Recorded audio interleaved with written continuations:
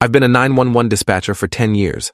Last night, I got a call which made me quit forever. The call came in at 2:43 a.m. on a Thursday, which should have been my first warning because nothing good ever happens at 2:43 a.m.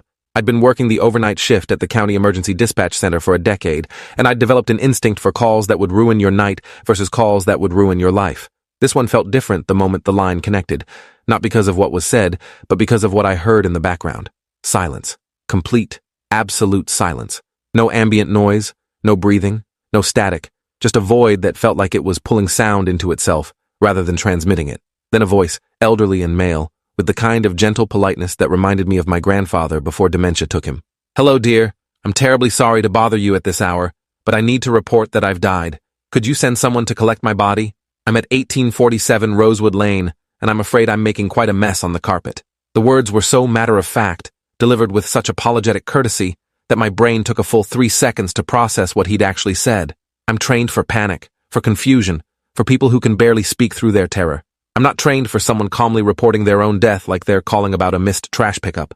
My first thought was dementia, or a confused elderly person having some kind of mental health crisis, which happens more often than people realize. I'd taken dozens of calls from older folks who'd gotten disoriented or were experiencing delusions, and the protocol was always the same: stay calm, speak clearly, send medical assistance. I kept my voice steady and professional, the tone I'd perfected over thousands of calls. "Sir, this is 911 Emergency Services. Can you tell me your name and describe what's happening? Are you injured? Are you having trouble breathing?" There was a pause, and I could hear what sounded like a gentle sigh, the kind someone makes when they're trying to be patient with someone who isn't understanding. "My name was Harold Finch, dear. And no, I'm not having trouble breathing because I'm not breathing at all anymore. I had a heart attack approximately 40 minutes ago while watching the evening news, and I've been sitting here in my armchair ever since, wondering if I should call. I know you're terribly busy, but someone really should come collect me before I start to smell." The way he said it, so practical and considerate, made my skin crawl in a way I couldn't articulate. I glanced at my screen, checking the call origin data that usually populated automatically, but the location field was blank, just showing unknown where the address should have been.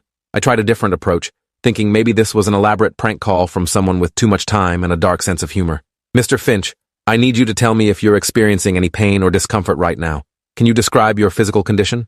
Another pause, longer this time, and when he spoke again, there was something almost amused in his tone. "Well, I suppose physically I'm quite stiff, which is to be expected given the circumstances. My left arm is still clutching the remote control, though I can't seem to let go of it now. There's a rather unpleasant smell starting to develop, and I believe my cat, Whiskers, has been nibbling on my ankle, though I can't say I blame her since I forgot to fill her food bowl before I died. Is that the sort of physical description you need?" I felt my stomach turn over, because the